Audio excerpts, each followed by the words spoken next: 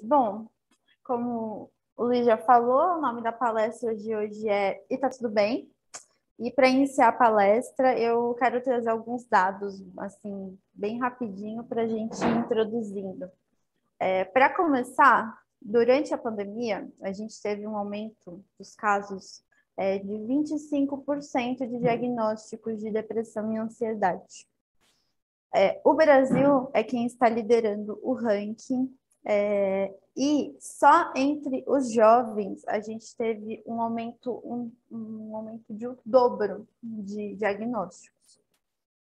Aí eu quero trazer para vocês, então, um trechinho do livro do Evangelho, no capítulo 5 e no item 4, que ele fala um pouco sobre os males do mundo.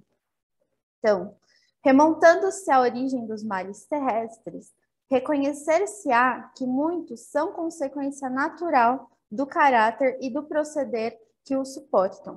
Quando homens caem por sua própria culpa, quantos são vítimas de sua imprevidência e de seu orgulho e de sua ambição?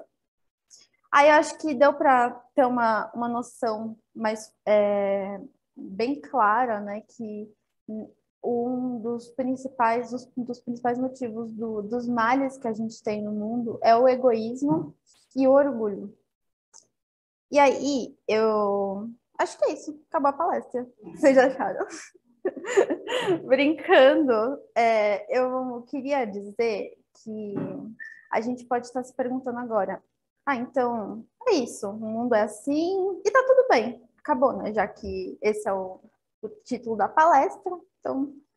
Mas eu queria trazer para vocês, já que a gente falou de depressão, trazer os sintomas, alguns sintomas que eu queria dar um destaque para a depressão, que é a sensação de vazio ou de tristeza, a falta de vontade de fazer as coisas que antes davam prazer, a falta de energia, a culpa, as ideações de morte e a perda de sensação do sentido da vida. Aí são esses alguns dos sintomas e temos vários outros que a gente pode, mas eu acho que esses são os que merecem um pouco de destaque para o que eu quero trazer para vocês aqui. E aí eu acho que quando você traz esses sintomas, principalmente a culpa e a falta a perda do sentido da vida, remete muito ao distanciamento de Deus. E falando sentido, distanciamento de Deus, eu acho que muita gente já falou, tipo, você tá com depressão, vai rezar que passa, é falta de Deus. E não é isso que eu quero trazer aqui nessa palestra. Eu quero dizer para vocês que o distanciamento de Deus, por sermos seres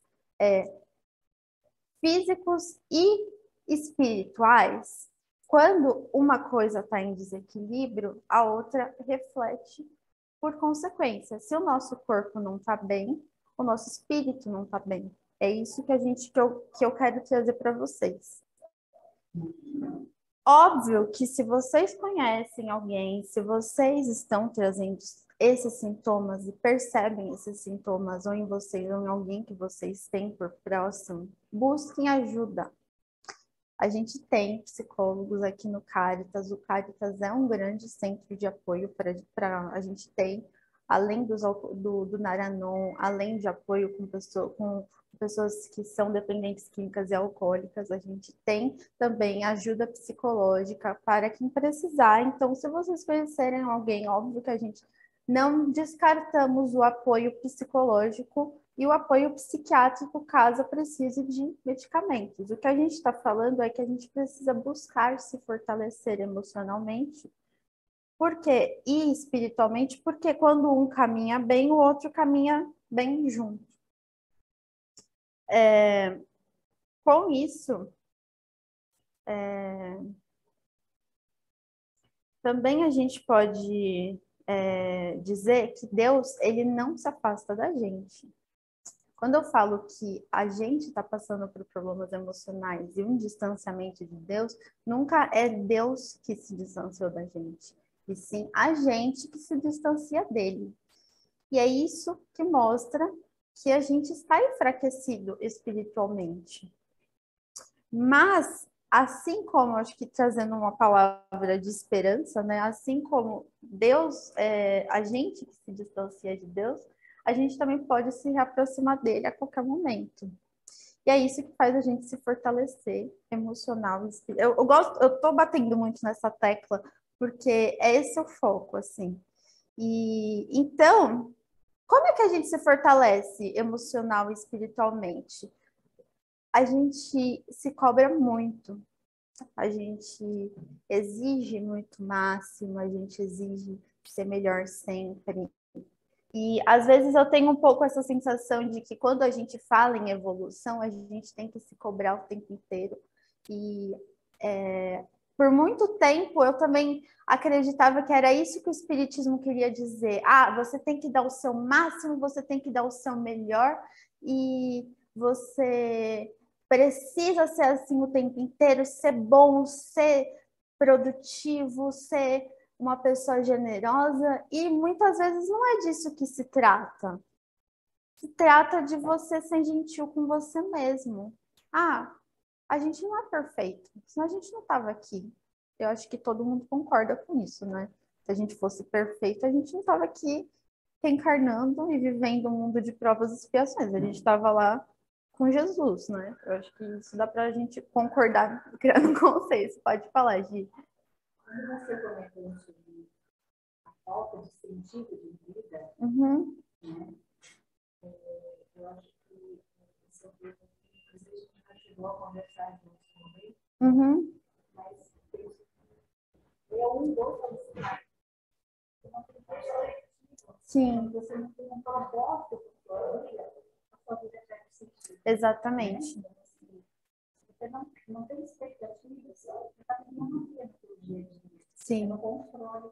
Exatamente. Você não tem, mesmo que uma perspectiva de quanto médio ou longo prazo, Sim. agora, como você falou, né? Pode olhar para isso. E buscar esses ideais no outro. Sim. Exatamente. Aí é que volta, você falando de autoconhecimento, é justamente a gente saber se perdoar. E aí pensar, e tá tudo bem. E tá tudo bem a gente ter raiva. E tá tudo bem a gente se sentir magoado. A gente ter angústias, a gente ter ansiedades, ter sentimentos negativos. Você é uma pessoa te fechou no trânsito e você ficou com muita raiva e quis mandar a pessoa para aquele lugar. Aí você para e pensa, nossa, eu agi, em vez de você falar, nossa, eu agi desse jeito, como eu sou ruim, você fala, tá tudo bem. Como é que eu posso melhorar? O que eu posso fazer da próxima vez que alguém me fechar? Para que eu não tenha essa resposta tão negativa. É a gente se olhar com mais carinho, falar, eu errei. Tudo bem, eu tô errando. Mas eu tô aqui aprendendo.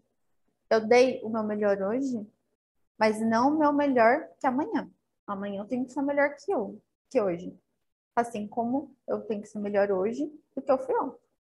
É esse o objetivo sempre. Buscar melhorar e evoluir cada dia mais, mas sem essa cobrança. Eu acho que. Alguém falou alguma coisa? Eu acho que é esse o objetivo, assim. Você sempre ter esse olhar mais carinhoso com você se aceitar e buscar a melhoria. Por quê? Porque quando você é bom com você mesmo, fica assim, ó, disparado de você ser bom com o outro. A gente volta. Quando você pratica o amor, o auto-amor, você vai praticar o amor com o próximo. Porque você vai ver no outro aquilo que você tem dentro de si. Quando a gente se olha com raiva, com rancor, com falta, com muita severidade, você não consegue olhar com o outro de outra forma. Você vai punir o outro da mesma forma que você se pune. É difícil você querer amar alguém quando você não sabe se amar. E aí, aí eu quero trazer uma outra parte do capítulo 5, que é o item, eu falei do item 4, e trazer para vocês o item 5, que ele fala um pouco da misericórdia divina mesmo, que é, se houvesse de recomeçar, conduzir-me-ia de outra maneira. No entanto, já não há mais tempo. como o obreiro preguiçoso que diz: perdi meu dia. Também ele diz: perdi minha vida. Contudo, assim como para o obreiro o sol se levanta no dia seguinte, permitindo-lhe neste reparar o tempo perdido, também para o homem, após uma noite no túmulo, brilhará o sol, uma vida nova. E que lhe será possível aproveitar a experiência do passado e suas boas resoluções para o futuro. Aí eu acho que essa é a maior lição, assim, de como a gente usar o de exemplo, mais uma vez, a misericórdia divina, de como ela pode. Deus, você errou, ele não vai falar, meu filho, eu não acredito que você errou de novo. Você está errando assim? Você já aprendeu, você já viu isso? Você vai errar. Aí ele vai falar, você errou, tá tudo bem. Vem aqui, vamos de novo.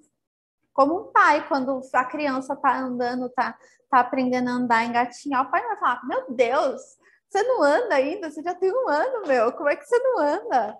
Ele não vai, a criança cai, ele pega, ele segura na mão até ajudar, até uma hora que a criança vai conseguir andar sozinha. E Deus vê a gente assim, né, como um pai. E esse é o objetivo, a gente aprender a se olhar com esse olhar que Deus tem da gente, porque Ele sabe que a gente, todo mundo tem um melhor dentro de si, e aos pouquinhos, não precisa ser, a gente não vai chegar a Cristo amanhã, ninguém vai chegar a Cristo amanhã, eu acho, espero, né? Eu tenho certeza que eu não vou, só por mim.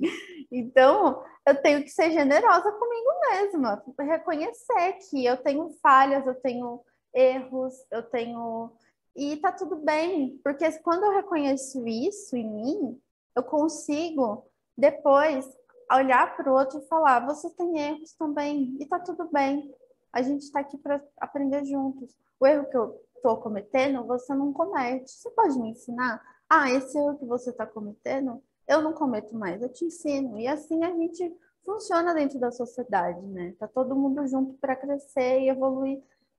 Volta para uma das leis que a gente está trabalhando com as crianças, que é a lei de sociedade. Cada um junto vive nesse ecossistema que todo mundo junto aprende. Ah, é isso. Mas eu queria ouvir cada um de vocês um pouquinho, quem quiser falar, quem quiser abrir o microfone, quem quiser, para a gente poder fomentar mais esse debate. Quem já viu minha palestra sabe que eu não gosto de falar sozinha, que eu gosto de ouvir todo mundo, então eu quero trazer todo mundo para dentro da conversa. Então, quem puder falar e complementar. Oi, Mari, pode falar.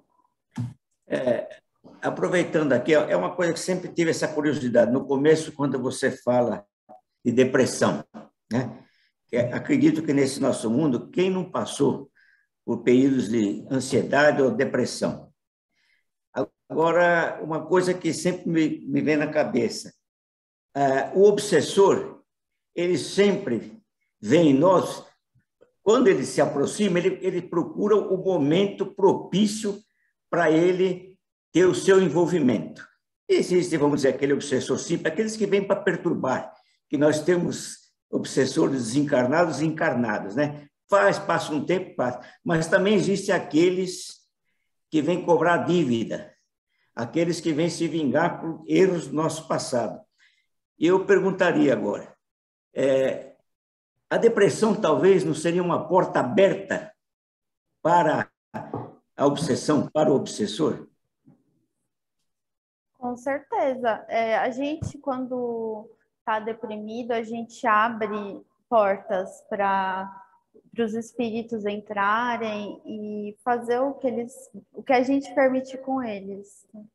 Então, de fato, quando você abaixa a sua guarda, porque querendo ou não, a depressão, ela causa assim uma queda na sua energia, que é um dos sintomas, né? Falta de energia. Então a gente abaixa o nosso padrão vibratório e sintoniza com aqueles espíritos que também estão nesse estado para se aproveitar da situação. Então, sim, é perfeito isso, Mário. Com certeza, quando você está vulnerável, você se deixa receber aquilo que teoricamente não deveria ser tão bem-vindo assim. Mais alguém? Ninguém. Obrigado, hein? Com certeza, Luiz. Então, como eu estava dizendo para você, você tem que, a hora que você começa a lidar com a depressão, ela pode ser gerada por um problema orgânico, como ela pode ser gerada por um problema emocional, né? A primeira coisa a dificuldade que nós vivemos nesse processo é entender por que estamos vivendo aquilo, né? E na maior parte das vezes nós começamos a identificar nessa vivência que nós construímos aquilo de alguma forma, né? Geramos uma ação que gerou uma reação a longo prazo. Como é que eu vou ter que poder sair daquilo? Não é fácil. Mas para isso, em vez de eu ficar entrando no buraco e começar a me lamentar pelo processo, eu tenho que buscar uma forma de me acolher. Eu entendi, foi isso que você quis dizer, né? Entender que a situação no momento não é boa, mas que eu posso revertê-la. Que não vai ser fácil, mas que vai dar para se fazer alguma coisa.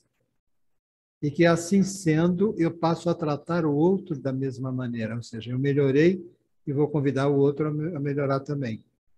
Ela faz isso com você? Então tá bom, na marra, né? Devia espancada à vontade. Então tá bom. Então, vamos pensar um pouco nisso tudo que você está falando. Você concorda, Eduardo?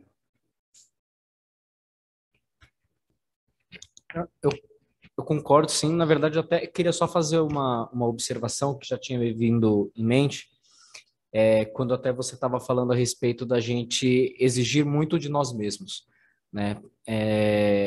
Concordo, eu acho que a gente exige realmente muito de nós mesmos no dia a dia, a gente quer sempre melhorar, a gente busca essa lapidação, porém, ao mesmo tempo que a gente não pode exigir muito de nós mesmos, a gente também não pode ser negligente conosco. Então, tudo bem, nós erramos, a gente não pode se crucificar, a gente não pode ficar se martirizando por isso e se corroendo por isso, porém, a gente também não pode negligenciar e falar, não, eu errei, mas eu ainda tenho uma vida e tenho reencarnações pela frente e eu vou aprender, uma hora eu aprendo. Então, eu acho que é sempre encontrar o equilíbrio dentro disso, né? Muito bom, muito bom.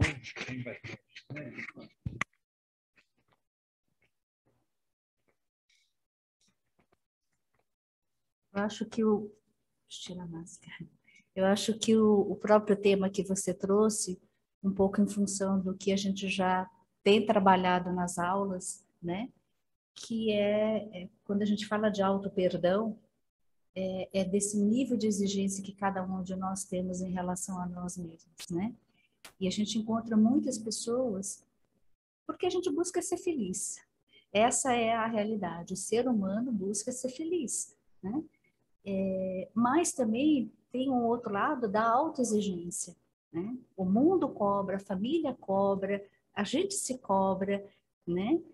E esse tá tudo bem, eu entendi como sendo, eu tô aqui para isso mesmo, eu sou uma pessoa comum, imperfeita, falível, né? E enquanto eu estiver me comparando com alguém, tá? Eu estou me diminuindo. E, na verdade, isso que você falou, sem dúvida, a gente tem que ser condescendente conosco, mas também sem, né, nos esforçarmos com relação à nossa missão aqui. Mas é a forma como a gente enxerga a perfeição, né? Esse nível de exigência que cada um de nós temos, que é esse perfeccionismo, a gente se torna extremamente rígido, né? Então, quando a gente enxerga que a perfeição nada mais é do que as coisas imperfeitas que foram melhoradas. E a gente está nesse caminho, né?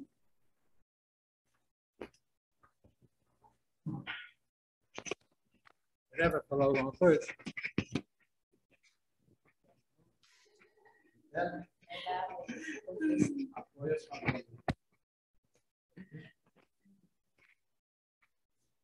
A gente fica segurando esse microfoninho aqui, parecendo um alfinete de fralda, né?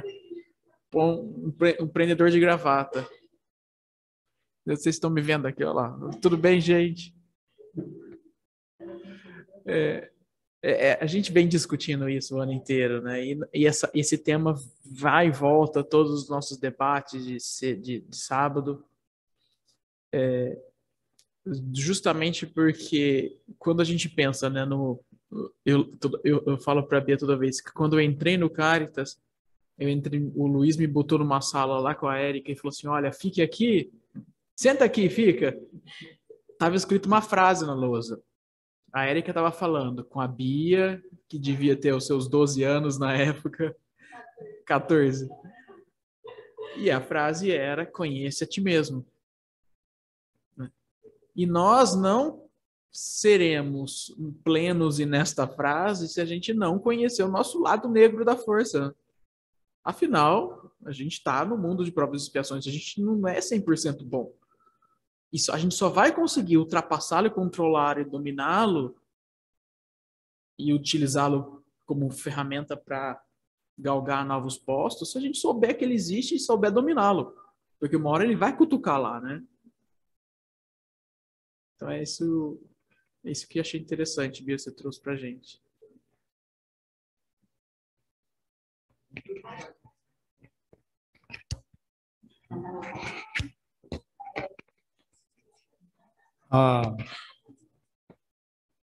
A Bia está pedindo para a Érica dar o palpite dela.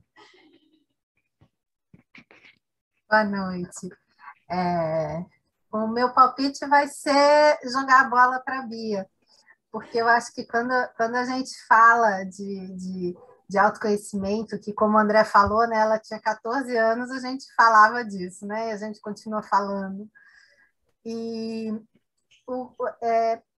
eu queria que você falasse um pouquinho, Bia, como a gente está aqui falando nesse mês, né, nós tivemos esse privilégio de podermos estar aqui falando um pouquinho também da infância e da juventude, você falar um pouquinho desse autoconhecimento relacionado a tudo isso que a gente faz de sábado, sobre o estudo que a gente tem, porque aqui hoje a gente só tem gente jovem, adulto, que pode inclusive estar com a gente aos sábados participando do grupo da juventude, né?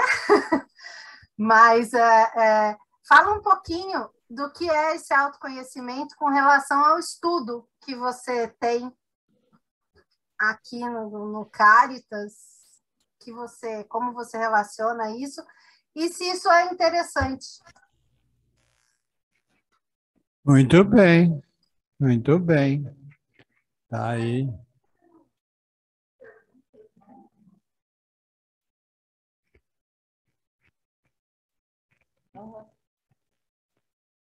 Não, tá, eu vou repetir a pergunta porque não ouviram aqui, tia. Basicamente, ela pediu para eu esclarecer um pouquinho como é que foi esses 10 anos de casa Caritas aí, como é que a frase conhece-te a ti mesmo eu aplico na minha vida, né, tia? Mais ou menos isso, né? Tá, eu acho que 10 anos de casa Caritas já me proporcionou bastante autoconhecimento junto com meus queridos instrutores, Dona Gislaine, seu André e Dona Érica. É engraçado pensar, acho que quem viu a minha evolução sabe como a reforma íntima ela é muito importante. Se eu não tivesse mudado, hoje eu não teria a relação, que ainda é um pouco difícil, mas bem menos do que foi com a minha mãe, que é assim uma das maiores motivos de prova que eu tenho aqui, de expiação que eu estou tendo aqui nessa terra. Ele conhece a sogra que ele tem. E quem conhece Dona Rosana sabe que ela tem suas tempestades aí. Mas com certeza, quando o Caritas ele me trouxe esse conhecimento de mostrar você tem que mudar. Né? A mudança parte de você. Você é a mudança que você quer ver no outro. Não adianta você achar que o outro vai ser aquilo que você quer. Ninguém é aquilo que a gente quer. Ninguém é aquilo que a gente se cria de expectativas. Né? Então, quando você começa a desenvolver esse pensamento e olhar para si mesmo E reconhecer os seus sentimentos, reconhecer as suas falhas. Você reconhecendo as suas falhas, você consegue reconhecer mais fácil a falha do outro. Sim, e assim você tem mais generosidade. E essa é a importância essa é a importância do autoconhecimento que o Espiritismo proporciona para gente. E quando você vai olhando e vai. E eu acho que aqui, especialmente no Caritas, eu tive muita liberdade de poder ser quem eu sou e aprender a melhorar cada dia mais. E teve muito carinho com o ensinamento do tipo. É mais ou menos esse o propósito do que eu quero trazer para vocês hoje. A gente olhar um para o outro e se olhar com muito carinho. E, tipo assim, você é o que você é, mas você pode ser uma pessoa melhor. Então, a gente não quer mudar a sua essência, a gente não quer que você deixe de ser a Gi, deixe de ser o Luiz, deixe de ser o André, deixe de ser o Manuel. A gente não quer isso, a gente quer que você seja a sua melhor versão. E é isso que há 10 anos o Caritas vem construindo em mim. A minha essência, que é o meu espírito, ele sabe lá Deus quanto tempo ele tem. E ele é o que eu sou. Hoje eu estou Bia, né? Amanhã eu posso estar Maria, eu posso estar José, eu posso estar sei lá quem mais, mas a minha essência vai se permanecer, todo o meu conhecimento, todo esse aprendizado que eu tenho, ele vai se permanecendo, porque a gente não perde, a gente esquece. Né? De alguma forma a gente se lembra, a gente está aqui para se lembrar uns aos outros do que a gente tem de conhecimento, que só está guardadinho aqui na cabeça. Mas é isso. Muito obrigada.